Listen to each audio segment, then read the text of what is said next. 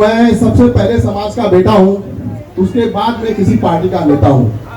मैं अपने परिवार के लिए, अपने समाज के लिए, अपने राष्ट्र के लिए सर कटा सकता हूँ मगर कभी सर झुका नहीं सकता हूँ। और वो खुलेआम सामने दुश्मन खड़ा हो गया और उस काजल मूवी की तरह हमारे महाराजा सुहेलदेव राजभर जी ने उनके गर्दन को काट कर स्तंभ पर लटका दिए थे। ऐसे वीर पुरुष के वंशज हम साथियों, बस हमें जानने की जरूरत है, अपने आप को पहचानने की जरूरत है। लोगों को आज यह एक जरिया है, ये मंच के जरिया से हम गली गली नुक्कड़ नुक्कड़ देश प्रदेश में महाराजा सुहेलदेव राजभर जी का जन्म मनाकर लोगों में जागरूकता लाने का काम करेंगे।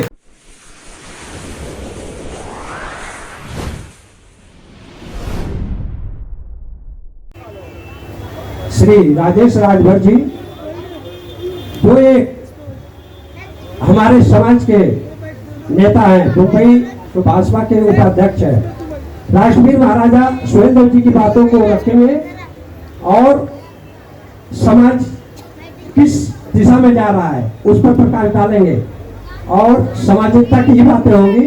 यहाँ से किसी प्रकार की पार्टी का बातें नहीं होगा। बोलिए राष्ट्रवीर महाराजा सुहेलदेव जी की। धन्यवाद संचालक महोदय आपका, हमें जो वक्त दिए उसके लिए मैं आपका आभार व्यक्त करता हूँ। सबसे पहले तो यहाँ आए हुए सभी हमारे भाई बहन, हमारे बच्चे, मैं उन सभी लोगों को अपनी तरफ से, अपने समाज की तरफ से उनका स्वागत एवं हार्दिक अभिनंदन करता हूँ। साथियों मैं सबसे पहले आप लोगों से कह देना चाहता हूँ कि मैं सबसे पहले समाज का बेटा हूँ, उसके बाद में किसी पार्टी का नेता हूँ। मैं अपने परिवार के लिए, अपने समाज के लिए, अपने राष्ट्र के लिए सर कटा सकता हूँ मगर कभी सर झुका नहीं सकता हूँ। राजनीति तो हम करते ही रहेंगे क्योंकि राजनीति भी हमारे समाज को ऊपर ले जाने का भी एक जरिया है, वो हम बाद में कर लेंगे। लेकिन यहाँ हमारी समाज की बात हो रही है, हम अपने महाराजा का यहाँ जन्मदिन मना रहे हैं। लोगों को अपनी तरफ से, अपने समाज की तरफ से, इस देश की तरफ से एवं हार्दिक अभिनंदन करता हूं।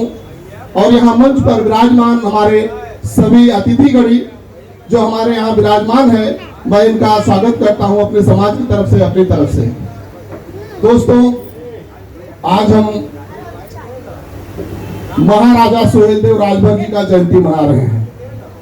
आप लोगों को मैं बता देना चाहता हूं कि हम उस पूर्वज के वंशज हैं जो हमारे पूर्वज थे सिर्फ महाराजा हुआ करते थे, ना कि राजा हुआ करते थे। वो महाराजा, राजा एक विरासत का राजा होता था, लेकिन महाराजा कई विरासतों का राजा होता था।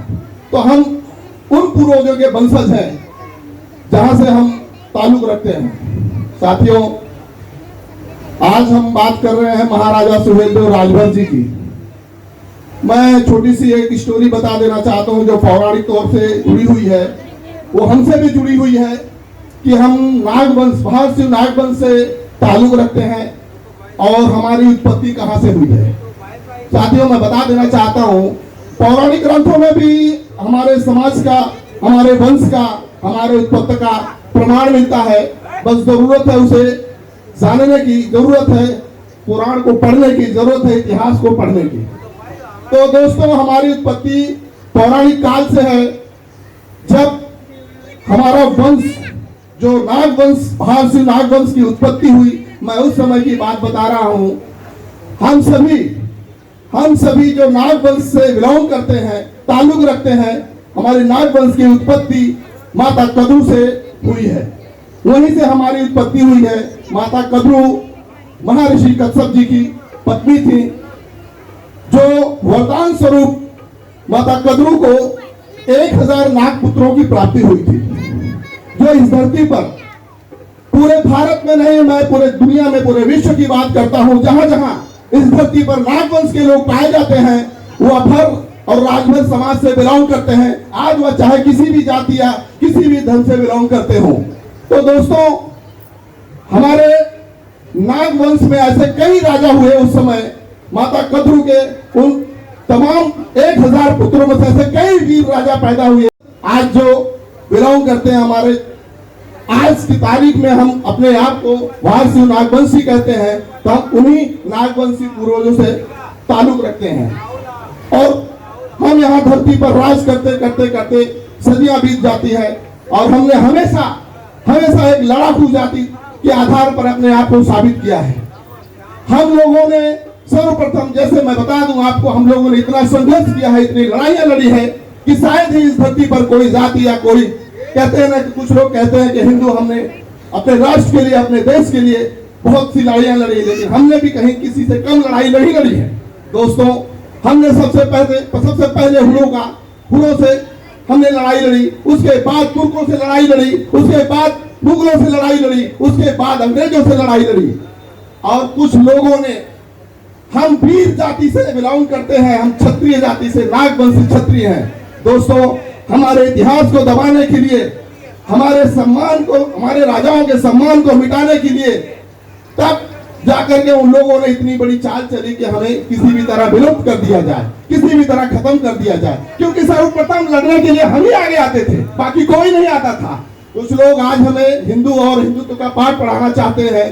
कुछ लोग ये नहीं मालूम है कि इस धरती पर सर्वप्रथम किन लोगों ने अपने देश के लिए, अपने राष्ट्र के लिए, अपने आप को साबित किया है कि हम इस देश के सच्चे और अच्छे हिंदू और राष्ट्र रक्षक हैं। उसी कड़ी में आगे मैं बता देना चाहता हूं महाराजा सुहेलदेव राजभर जी के बारे में। इस देश में बहुत से लोगों ने आक्रमण किए और हमारे देश को बारंबार लूटने का काम किए। मोहम्मद गजनबी, हमारे देश को मोहम्मद गजनबी तकरीबन 17 बार लूटा है। दोस्तों, वह हमारे देश को हमेशा आता था, लूट कर चले जाता था। उसी का भांजा गाजी सैयद सालार मशहूर, उसी का भांजा था जो हमारे देश को लूटने आया मोहम्मद गजनबी के मरने के बाद। वह लूटते लूटते वह अपनी 1.5 लाख की सेना लेकर तूफान की तरह जिस क्षेत्र में जाता था, वह एकदम तहस नहस करते हुए आगे बढ़ता था। हमारे देश के वह जो हिंदू थे, जो हमारे सनातन धर्म से बिलोंग करते थे, उन्हें गाजर मूली की तरह काटते हुए आगे बढ़ रहा था। देश के सारे राजाओं ने उसके सामने नतमस्तक हो गए, कितनों ने अपने धर्म को परिवर्तन कर लिए। बहराइच पे श्रावस्ती एक राज्य था, वहां पर हमारे पूर्वज बिहारी मल, राजा बिहारी मल जी राज करते थे और उन्हीं के घर में एक पुत्र रत्न की प्राप्ति होती है। उस समय वो इतने बड़े हो चुके थे कि वह युद्ध में कौशल थे, लड़ने में माहिर थे, इसलिए बहुत ही कम उम्र में उनका राज्याभिषेक कर दिया जाता है।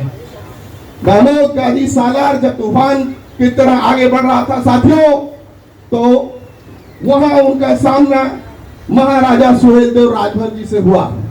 महाराजा सुहेलदेव राजभर जी वो एक अकेले ऐसे महाराजा थे, लेकिन उसके बावजूद लड़ने के लिए उन्होंने अपने समाज के लोगों को संगठित किया। अपने समाज के लोगों को संगठित करते हुए तब जाकर के उन्होंने अपने कदम को आगे बढ़ाया लड़ाई के लिए। और उस समय हमारे समाज के जो राजा महाराजा हुआ करते थे, उनका भरपूर समर्थन किए। जरूरत हमें भी है दोस्तों आज एक होने की, हमें संगठित होने की, तभी हम आगे बढ़ सकते हैं, अपने लड़ाई में कामयाब हो सकते हैं। आज भी हमें लड़ने की जरूरत है, आज भी हमें मिटाने की कोशिश की जा रही है। दोस्तों, मैं बता देना चाहता हूं, महाराजा सुहेलदेव राजभर जी जब रण में निकले तो उसका सामना मसूद गाजी से जब हुआ तो भीषण युद्ध हुआ, भीषण लड़ाई हुई। वहां लड़ाई होते हुए वहां पर वो इतना चतुर और चालाक था कि हमारे सामने हजारों गायों के ला करके खड़ा कर दिया। और हम लोग गायों की बहुत पूजा करते थे उस समय, हम गायों को अपने माता मानते थे, उनकी रक्षा के लिए हम बेबस हो गए कि हम कैसे करें।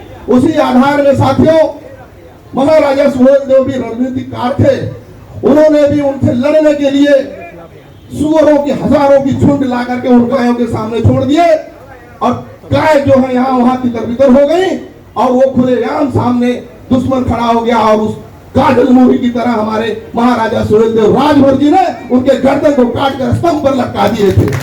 ऐसे वीर पुरुष के वंशज हम साथियों, बस हमें जानने की जरूरत है, अपने आप को पहचानने की जरूरत है।